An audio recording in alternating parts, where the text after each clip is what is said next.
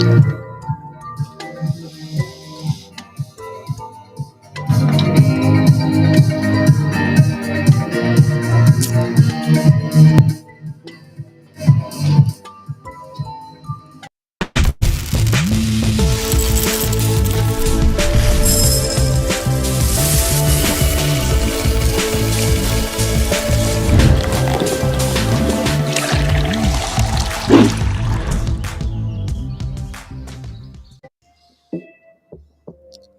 Good morning, folks.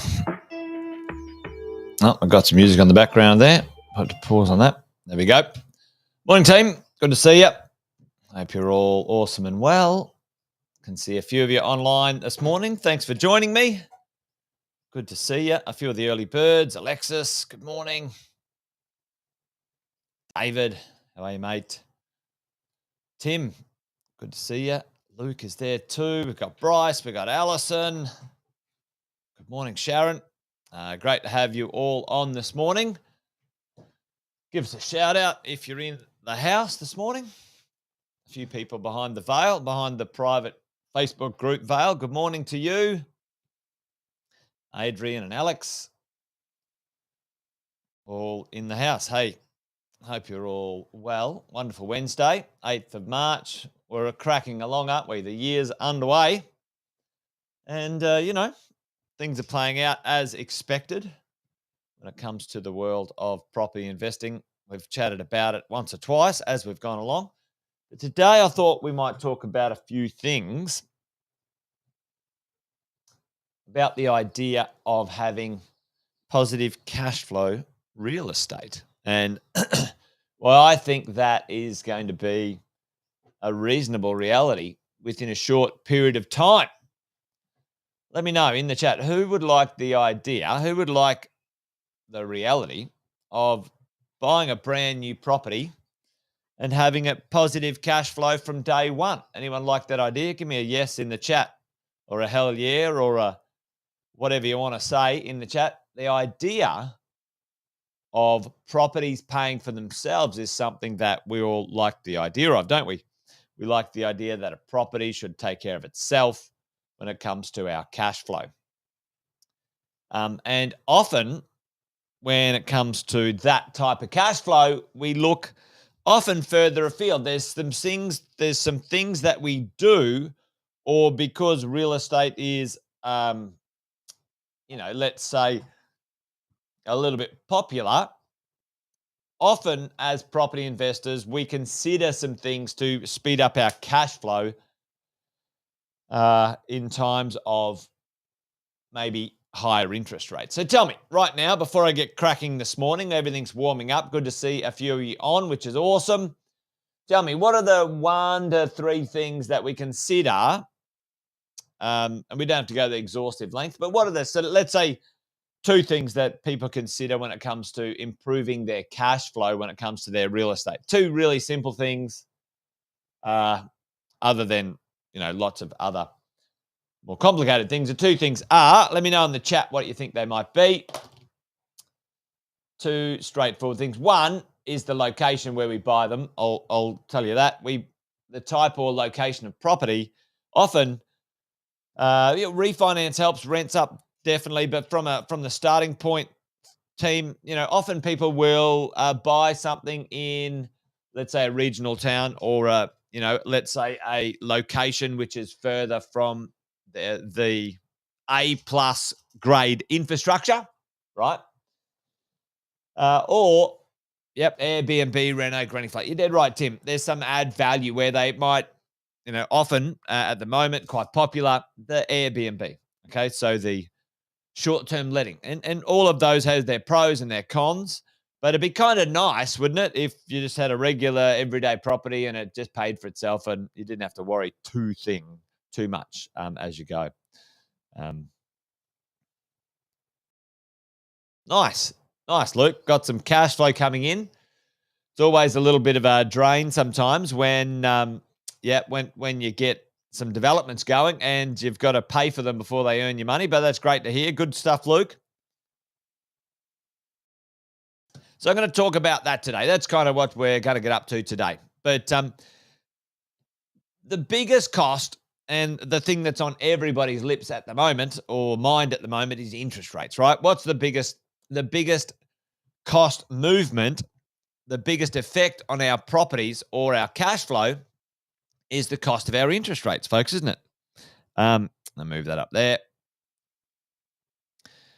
The cost of our interest rates. And already, which is very interesting right now, there's conversations about those interest rates very soon starting to retract. But have a look at this. This has put this in perspective. Check this out. In 1990 has an ad from the newspaper. 1990 base rate. So effective the 24th of the 9th, 1990. The good old home loan interest rate was, drum roll, please. I think I've got a drum roll here. I don't know if it works. Let's see. Oh, not that one.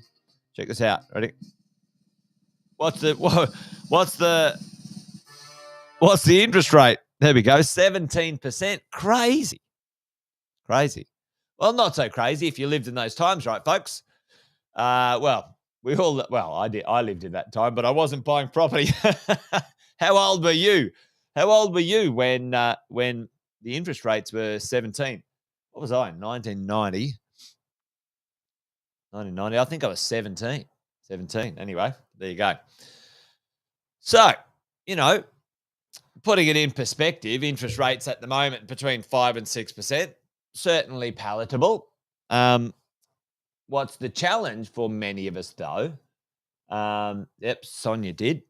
What's the challenge for many of us, though?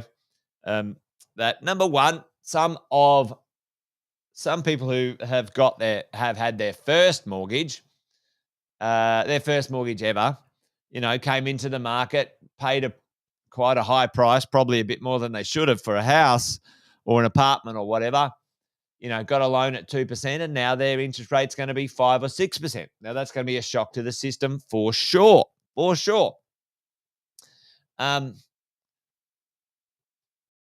For many of us, we're able to, as property investors, offset that cost with our rents, right? We're going to talk about that today. But check this out. This is from Bill Evans. This is from the Westpac Bank. So Bill Evans is not too bad. He's got interest rate stuff right a few times.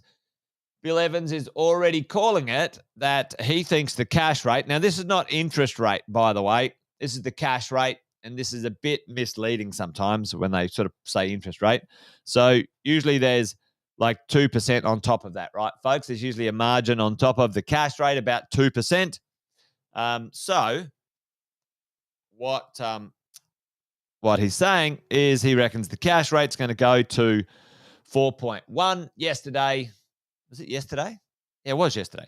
Yesterday, the RBA put the cash rate up another 25 points.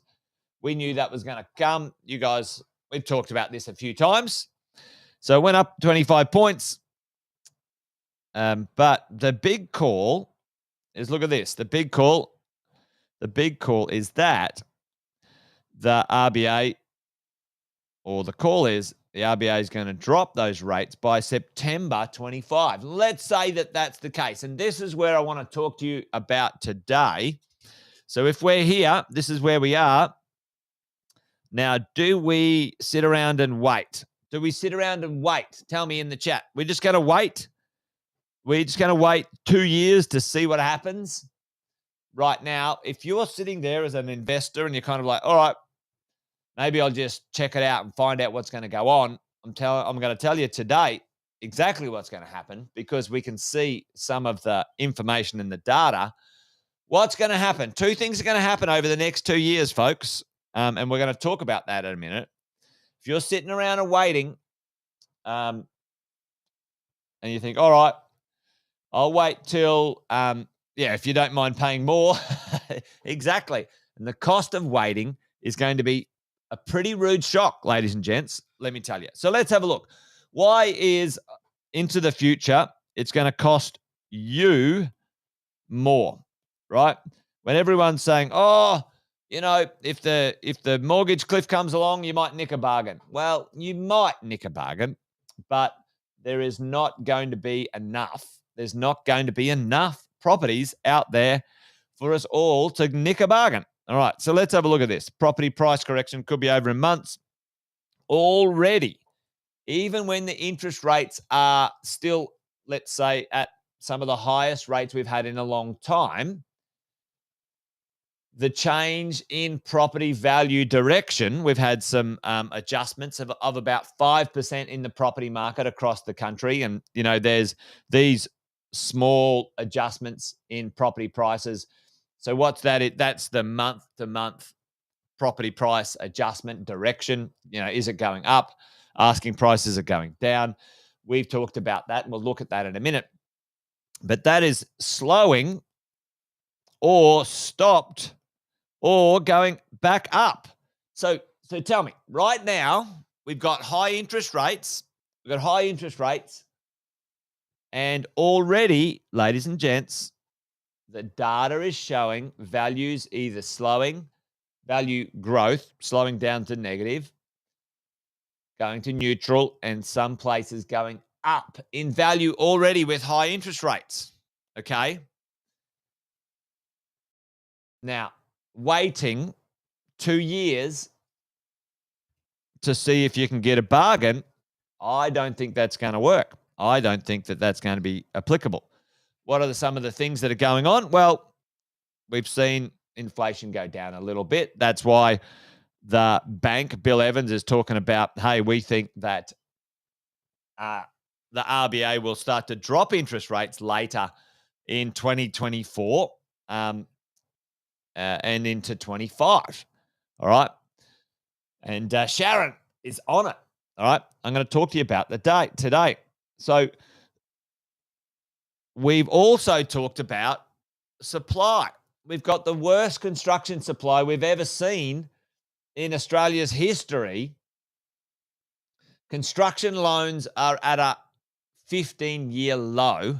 We already have a shortfall of 163,000 dwellings being predicted into the future as of today that we can't possibly catch up on, especially when we need people to come into the country to do some work. So for me, for you, let's not sit around and wait and miss out, all right? And I want to talk to you about the idea. If you're worried about, let's say, the interest rates going up and you want to wait, let's say it goes from here to 3% to 4% back to 2%, all right? That's the cash rate, by the way. And then let's put the interest rate on top of that. Let's say 5, 6, and then 4. Let's just call it that. What can we do as investors if we're worried about this? And Sharon jumped onto it right there. Let's say this is today. Well, if you use the off the plan strategy and you did a 2-year off the plan, this is 2023. This is 2025. Let's use the 2-year off the plan strategy. What do you think might happen? And there's pros and cons to off the plan for sure, but let's just talk this through. What do you think might happen over the 2 years? All right. Does anybody think that we're going to improve? So tell me right now, who thinks within 2 years that we will improve our construction shortfall? Who thinks we're going to have an oversupply? What are the things that are going to go up, by the way? Tell me in the chat right now, what are the things that are going to go up significantly that will affect property prices in a positive way or a negative way if you're on the wrong side of it? Tell me in the chat. These are the things that are going to go up in this period of time. There's our off the plan 2 year. These are the things that are going to go up. Put that in the chat for me. What is going to go up significantly over the next 2 years that's going to affect the, yes. Now, I think property values will, materials, and well, there you go. The rents are going to go up. The population is going to go up. All right, the population up, folks. Population up, rents up, population up, material and labor, all right, up. And I think by default, the values will have a small up, not as big as those other ones. Now, what's going to go down? What's going to go down get worse, but it getting worse actually works in our favor as property investors. What's going to go down? Tell me that one in the chat, team. Tell me right now in the chat what's going to go down. Well, supply is going to go down. So construction, so new supply is going down. What also is going down, folks? Existing supply. So existing properties being released, like existing owners selling their properties, is going to go down. So new supply is going to go down. Existing supply is going to go down, continue to go down. Okay. As we roll into this, and vacancy rate is going to also go down. Have a look at this. Check this out. I'm going to show you something. Look at this. This is our national vacancy rate right now. National vacancy rate right now. Check this out. 1%. 1% around the whole country. But have a look at this. Let's go and have a look at city by city. Let's go have a look at Canberra. All right. Canberra's got a little bit of a run, but still, folks, 1.6% is like insane vacancy, low vacancy. But it's not as low as other places, right? When you go, in comparison. Now, Sydney, 1.3, still low, real low. All right. I'm not going to skip Darwin because I don't really care about Darwin. Look at Brisbane. Unreal. Like 0.8% vacancy rate right now, folks. Unbelievable. Unbelievable. All right, let's keep going. Let's have a look at Adelaide, Hobart, Perth. Like, let's do this. Tell me, what do you think the vacancy rates are in those places? Look, Melbourne, 1.2, down. And it's having a massive down. All right, massive decrease in vacancy. Let's have a look at Adelaide. Check out Adelaide. Insane. It's insane. 0.05. Like lowest ever in Adelaide. Hobart is even worse. I still don't understand Hobart. I never have been able to understand Hobart, but, it seems that it might be Melbourne's retirement playground or something. Someone with money. There's no jobs there. No one's earning any money there. I just don't know how the property prices keep going up. Maybe I should look into it. Let's have a look at Perth. Look at Perth. 0.4. Mind-blowing. Mind-blowing. Folks, I'm telling you. This is not going to be fixed anytime soon. It's not going to be fixed anytime soon. So, if we want a positive cash flow property, if we want to land a positive cash flow property on day one, a cool strategy that we use often is off the plan. Off the plan works a treat. You could buy a property today, and I've got some numbers here. I won't do them today. Buy a property today, and imagine this. If the rent's $650, and in 2 years' time, the rent goes to $750, if today's interest rate is 5.5, but the interest rate goes down in 2 years' time to 4.5, that's how it's going to work. Team, your rents are going to go up while you're on the off the plan, and your interest rates are going to go down off the plan, and there you're going to have a positive cash flow gap. Let me do that again. So your rent's today $650, and in 2 years' time, I think it'll be more than $750, but let's just do that. And let's say your interest rate is 5.5 today, and let's say in 2 years' time it's going to be 4.5, right? And now it was negative here, and now it's going to be positive there. Is everyone seeing what I'm talking about? So if you want to control and own the real estate, but not experience the negative for the moment, because every property goes up and down with the market, especially when it comes to your cash flow, because you don't control the interest rates. If you can miss out on that issue, off the plan is a great way to do that. And you can just skip over there. And on day one, if you buy the right property in the right spot, happy days. Happy days. There you go. Did that make sense? Did that make sense? Because I can tell you right now, it's not going to get cheaper in 2 years. Waiting 2 years, I just don't see how it can, unless there's another disaster that no one can predict. There's just not going to be enough properties, folks, produced. And the moment those interest rates adjust a little, and they will, the market will be back on like Donkey Kong. And if you wait like that, in an instant, you will miss out on, or you will pay $50,000 to $100,000 more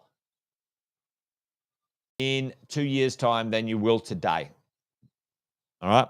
Because the average person right now is worried about the interest rates, and fair cop.